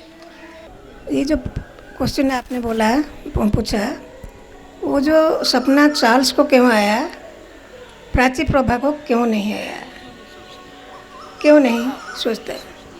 हाँ, जब फॉरेन लोग आते हैं, रिसर्च करते हैं, वो पूरा सही बात बताते हैं, इसमें कोई हिपोक्रेसी नहीं रहता है। Actually they discovered many thing here. History का नाम नहीं था, हम हिस्ट्री क्या है हमको पता नहीं था। तो वो जो अशोक को जो रॉक एडिक्ट अशोक का 1314 है, एक है पाकिस्तान में जिसमें कलिंग वार के बारे में लिखा गया है। वो प्राकृत भाषा में है, कोई नहीं पढ़ पाए थे क्या इसमें है। वो ब्रिटिश के टाइम के एक फॉरेनर आए, ब्रिटिशर आए, तो वो इसको पढ़कर इंटरप्रेट किए। तो इसीलिए चार्ल्स को ये भावना आता है। और प्राची प्रभा तो होती है सिंबल ऑफ ऑर्थोडॉक्स प्रैक्टिस। डरती है, मन की बात बोलने के लिए डरती है, इसीलिए सोचती है, बता नहीं सकती। वो वही ऑर्थोडॉक्स। तो हस्बैंड को वेट करके रहती है, वो हस्बैंड नहीं आता है, नहीं आएगा, कोई पता नहीं है, लेकिन वो इसको प्रतीक्षा करके रहती है। यही बात है, उत्तर यही है। और क्या है? अनीता जी का सवाल क्या क्या क्या पूछा? आज के समय के संदर्भ में जब मैं लिखती, आज के समय के संदर्भ में जब मैं याज्ञसेनी लिखती, क्या लिखती? याज्ञसेनी नहीं लिखती, नहीं लिख पाती। दोबारा मैं याज्ञसेनी नहीं लिख पाऊंगी, नहीं तो लिख देती। आपको पूछना नहीं चाहिए था। दूसरा सवाल बोड़ा जाति के बारे में था कि बोड़ा जाति बड़ा जाति के, हाँ क्या? बोड़ा जाति। क्या? या उनका विकास आप किस ढंग से देखते हैं? It is a very big question.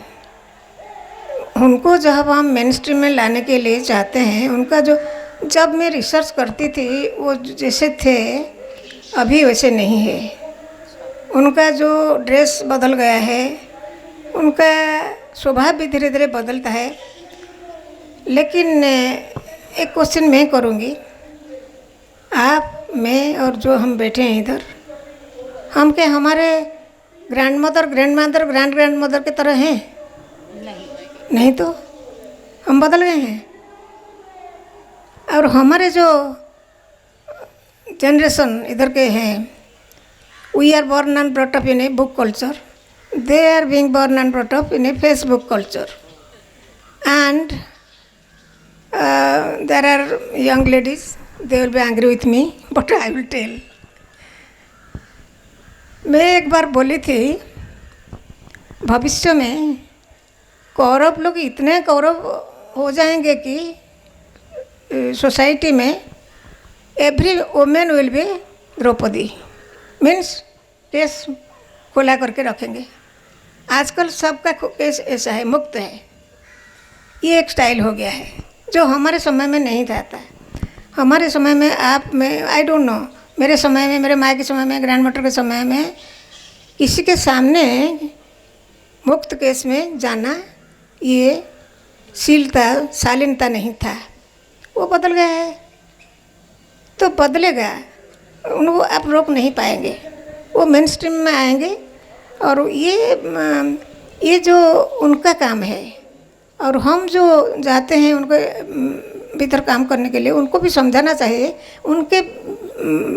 उनके सोसाइटी में बहुत सुंदर वैल्यूज़ है, बहुत मानविकता है, बहुत वैल्यूज़ है, वो वैल्यूज़ को रखना चाहिए। उनका जो मिथ है ये सबको संग्रह करना चाहिए।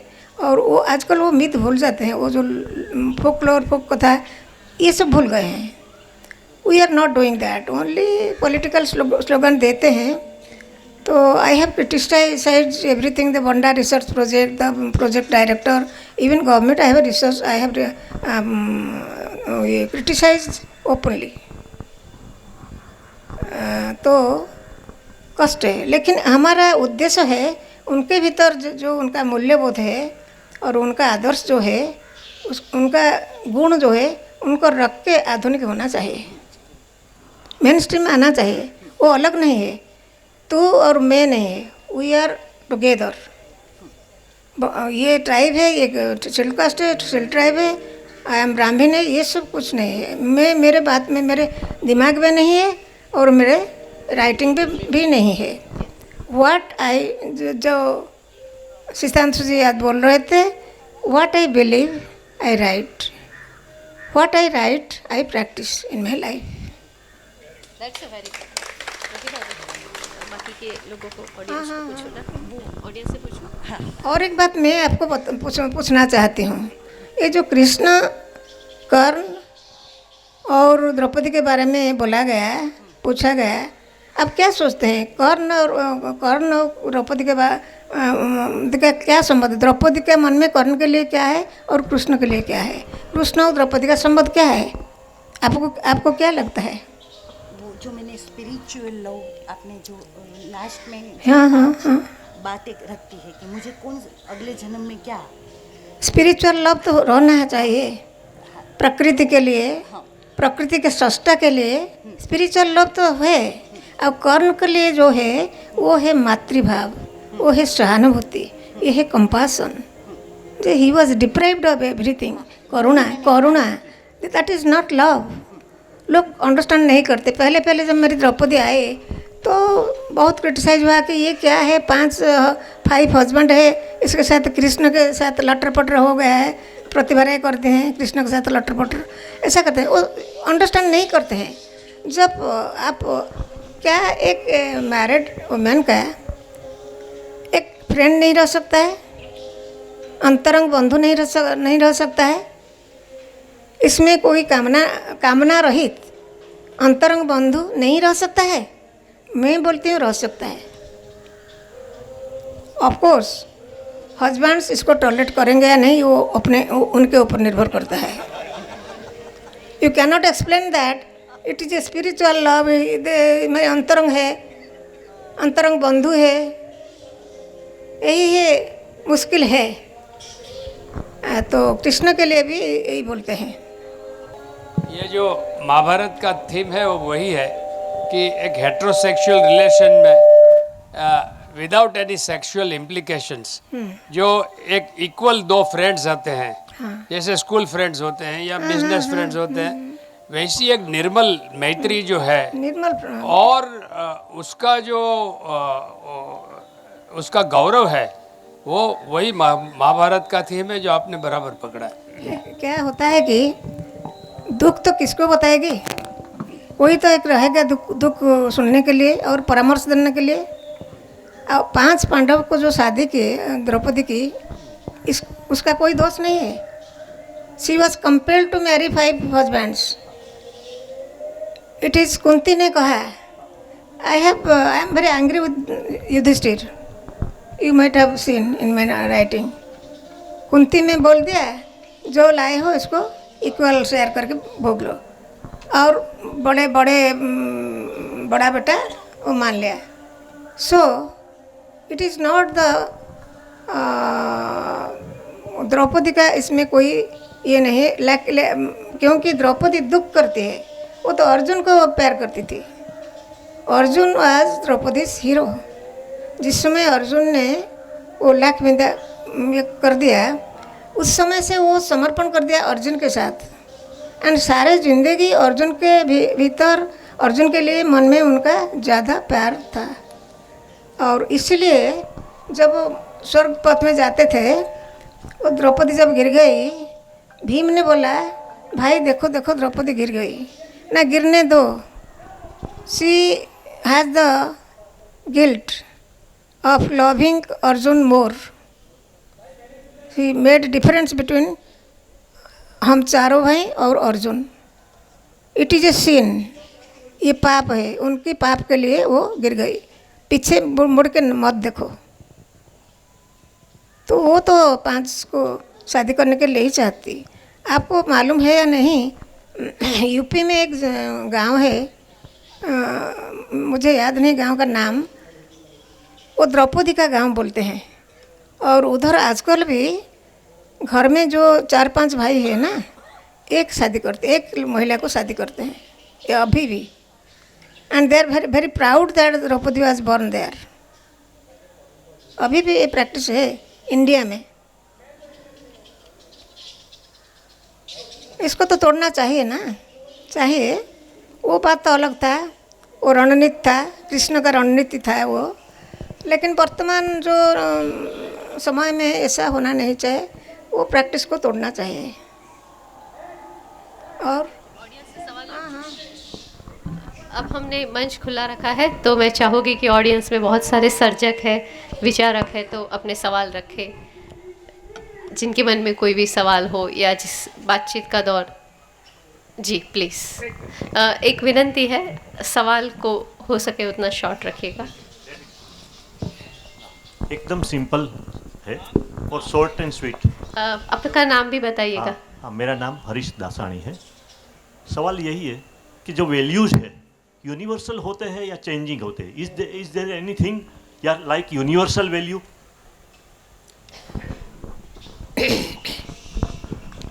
देयर आर चिरंतन मूल्यबोध एंड सामयिक मूल्यबोध. सामयिक मूल्यबोध नॉर्म है, एक स्टैंडर्ड है सोसाइटी का. और जो चिरंतन मूल्यबोध ये परमानेंट है. स्नेह, प्रेम, क्षमा, करुणा, ये सब, दया, ये सब क्या है? ये चिरंतन मूल्यबोध है. ये बदलेगा नहीं, ये चिरकाल रहेगा. बाकी जो है स्टैंडर्ड है, अब इंडियन स्टैंडर्ड में क्या होगा, यूरोपियन स्टैंडर्ड में क्या होगा, ये बुरा है, ये बुरा नहीं है, ड्रेस ऐसा होगा, महिलाओं ऐसा पहनेंगे. आजकल तो महिला जो है वो ड्रेस को भी ये कर दिए हैं. ये अच्छा है. Working, they are working in office, corporates. I तो say what any dress which is convenient. And इसके साथ decent should be there in my opinion. Convenient but decent पहन के वो महिलाएं कॉर्पोरेट ऑफिस को जाना चाहिए. साड़ी सब समय उचित नहीं है, क्योंकि साड़ी आजकल नहीं चलेगा कॉर्पोरेट लाइफ में. इतना घूमते हैं, ट्रैवल करते हैं, सब करते हैं. लेकिन I have travelled so many countries and even to Alaska I went in sari. I have never used dress. I am very happy with my sari. This is my Indian identity. सवाल इंदुबेन पूछना चाहते हैं. प्रतिभा जी नमस्कार. मैं बड़ोदरा से इंदु जोशी. अच्छा, मैं जानना चाहूँगी कि ऐसी कौन सी अर्ज होती है जब आपको पोएम लिखनी होती है, प्रोज एंड पोएट्री, तो आपको अंदर से ऐसी कौन सी अर्ज होती है कि आप प्रोज, आपको लगता है कि नहीं मैं प्रोज लिखूं या फिर पोएट्री लिखूं? Thank you. I started with poetry and then switched over to story and novel. But जब वो कोई पूछते हैं कि आप क्यों पोएट्री नहीं लिखते, I have a poetry collection. अभी कभी कभी पोएट्री लिख देती हूँ. मैं बोलती हूँ मैं तो पोएट्री लिखती हूँ, मेरे नॉवेल में क्या लिखती हूँ? मैं पोइट्री लिखती हूँ. It is poetry. एक पैसेज को थोड़ा आजकल जैसा पोइट्री लिखते हैं, छोटा एक सेंटेंस, एक बड़ा सेंटेंस और एक छोटा सेंटेंस, ऐसा करके लिख दो मेरे एक पैराग्राफ को, ये हो जाएगा पोइट्री. रिसेंटली 2-3 साल पहले उत्कल साहित्य समाज में मुझे उत्कल रत्न दिया गया, रमाकांत रत्न ने दिया. ही सच ए फाइन पोइट. वो जब दिए मेरे इंट्रोडक्शन में बोले, मेरा वो जो मग्नमाटी है ना, जो महाभारत के ऊपर जो नॉवेल है, 1999 सुपर साइक्लोन के ऊपर मेरा एक नॉवेल है मग्नमाटी, इंग्लिश में आफ्टर द डेल्यूज. सो मग्नमाटी से एक पैराग्राफ लेके उसको ऐसा करके लिख के पढ़े. बोले ये कैसा पोइट्री है? सबने बोला बढ़िया पोइट्री है ना, प्रतिभा राय ने लिखा है. कहाँ? मग्नमाटी उपन्यास में मैं एक पैराग्राफ लेके आपको पढ़ के सुनाई. तो I write, of course there are some ideas. इसको पोइट्री में लिखना चाहता है और जाता है, उसको स्टोरी नहीं कर सकेगा. It is different. Thank you Pratibha ji. Sanskriti Rani Desai एक सवाल पूछना चाहती है, हमारी कवियत्री. Pratibha ji, one question is, you have written poems, short stories and novels. Is there a difference in joy when you write any of these things, or the joy of creation is the same? I derive divine pleasure writing the 3: poetry, short story and novel. That is divine pleasure. आनंद है. आनंद के लिए writers लिखते हैं, पैसे के लिए नहीं है, अवार्ड के लिए नहीं है, नेम फेम के लिए नहीं है, वो बाद में आता है. The second question is there anyone in your family who writes Now, or has written in the past? no, my father was writing poetry. Okay, but when I started writing, I didn't know that my father was writing. क्योंकि वो जो छोड़ गए कुछ poetry story, इसको मैं collect करके एक कलेक्शन किया वो जाने के बाद. मुझे पता नहीं था. लेकिन अभी मेरी daughter, she is writing in English and Odia both. She has many books also. She is writing. મારું નામ બીના કનાણી છે. હું કોઈને પ્રશ્ન નથી પૂછતી, હું મારી પોતાની અભિવ્યક્તિ કરું છું કે સ્ત્રી તરીકે આજે બધું સાંભળ્યા પછી મને પ્રશ્ન થયા.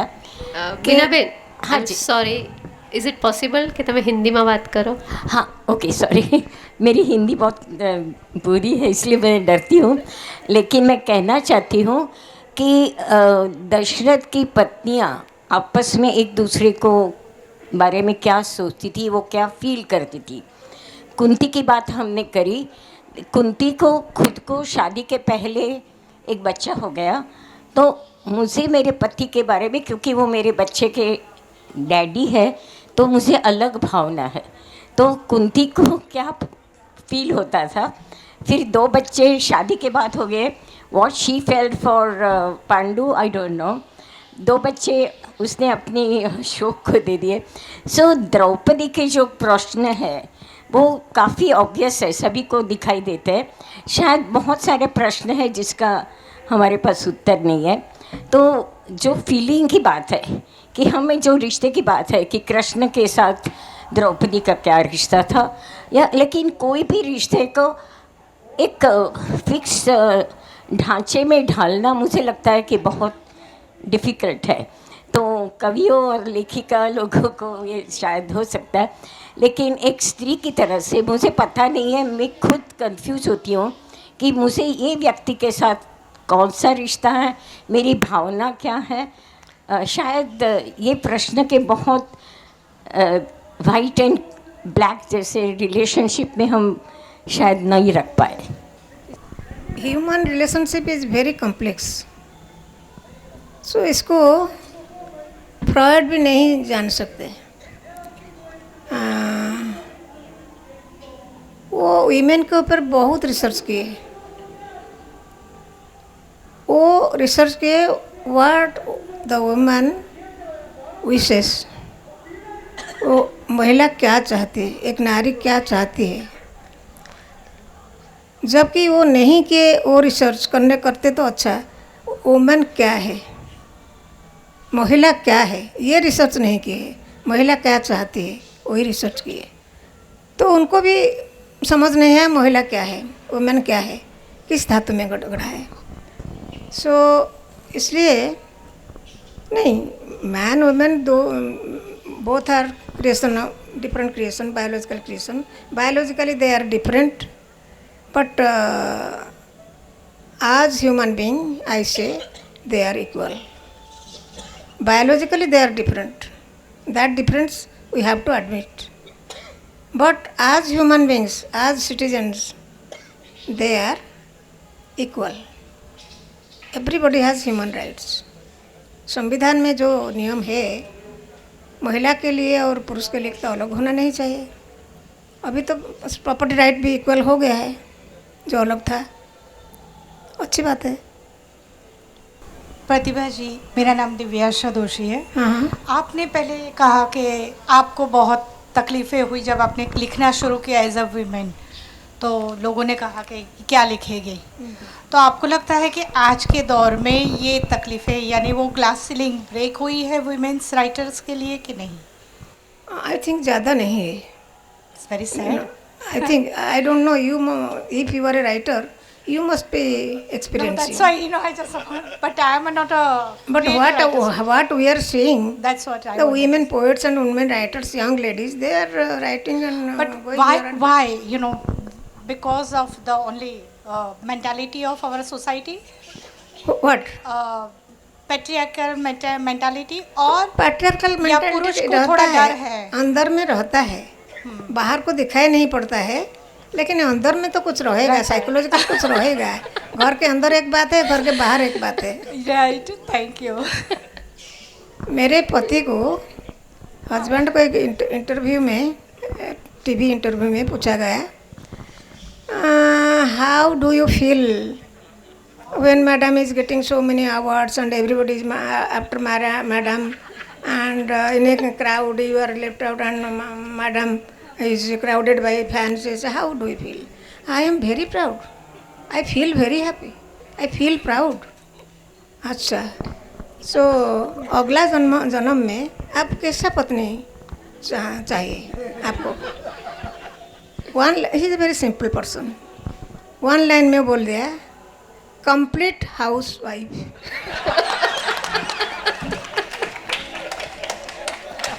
We are working, writing, attending meeting, going to seminars in foreign countries and doing all the things at home.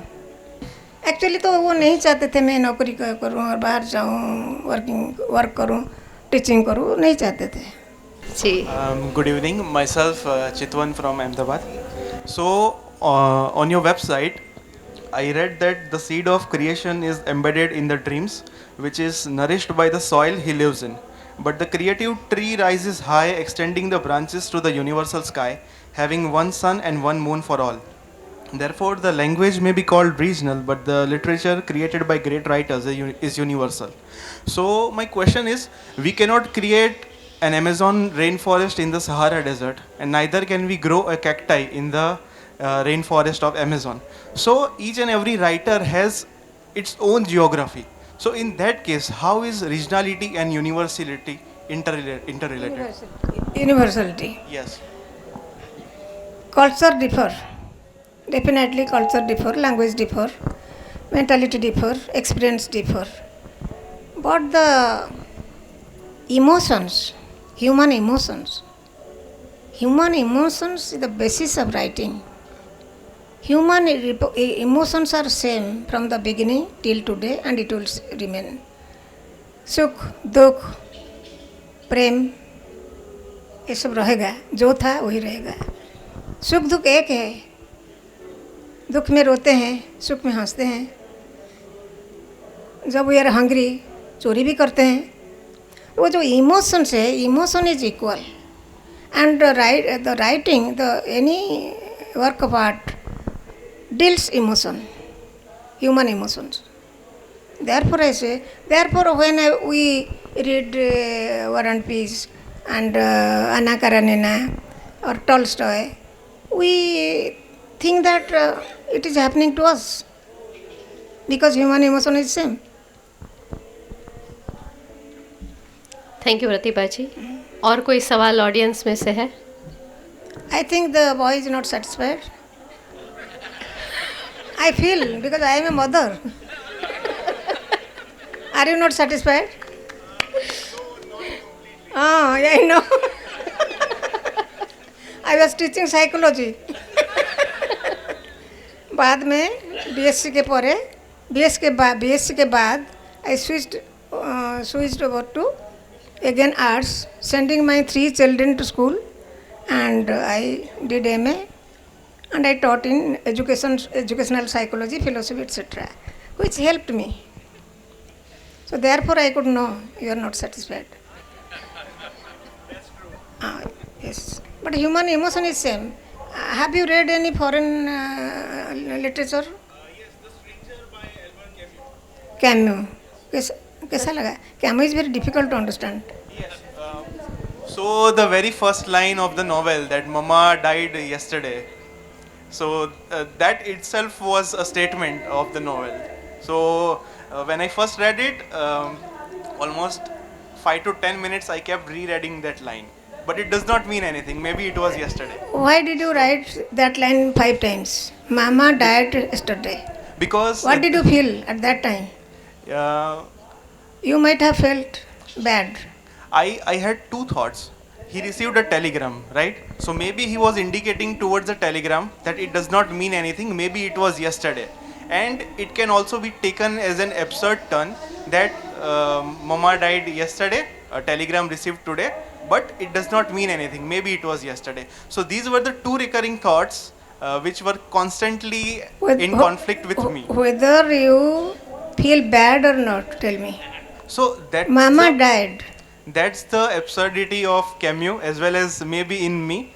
I did not feel good or bad. I tried to understand what the writer You must have felt bad. Not exactly, but Young men say like that. That is the human emotion. And Camus is very difficult to understand. Sitanshu ji can teach you. Sure. I look forward to. Yes, he is the right person to teach you. ये session सचमुच जो हम लोग चाहते थे कि और जो उसकी सितांशु सर ने कल्पना की थी कि ऐसी एक संगोष्ठी हो जिसमें ऑडियंस भी भाग ले और सब मिलकर कुछ बात करे, कुछ मिलकर उसके ऊपर चर्चाएं करे, और ऐसी बात आज हो पाई है। तो मुझे लग रहा है ये संगोष्ठी का आरंभ बहुत ही उत्तम रूप से हुआ है, और भोजन के समय और भोजन के बाद भी ये चर्चा जारी ही रहेगी। तो ये सेशन ख़त्म करे उससे पहले मैं विनंती करूँगी, खत्म नहीं हुआ है। नहीं उससे पहले ख़त्म करे उससे पहले ये विनंती करूँगी सिर्फ वो प्लांट आपको देना बाद में क्या होगा फिर? नहीं, प्लांट देना बाकी है, उसके बाद खत्म। डिनर के बाद डिनर के बाद आपसे और बैठेंगे और आपसे बात करेंगे। जो हम माइक पे सवाल नहीं पूछ पाए हैं वो आपसे पूछ, तो खत्म हुआ। हाँ वो सेशन खत्म हो गया है। Let me thank you all and I will tell you, इतना बड़ा audience, so learned people, many people are sitting there, I am seeing all are very learned and wise and thinkers. And आजकल के बच्चे जो हैं, not senior people, आजकल के बच्चे जो है वो are thinking much higher than us. So इतना बड़ा ऑडियंस को मैं कभी भी फेस नहीं किया था, and I am very happy that you are thinking reading literature. मेरा और कैमू अलग बात है, you are reading literature because the culture is not, you are not being young men not being born in literature culture, book culture. So you are reading and thinking and asking questions, and you have patience to listen and patience to ask. Thank you very much, and it will be very memorable and I cannot forget this, and definitely I will note down in my autobiography this incident.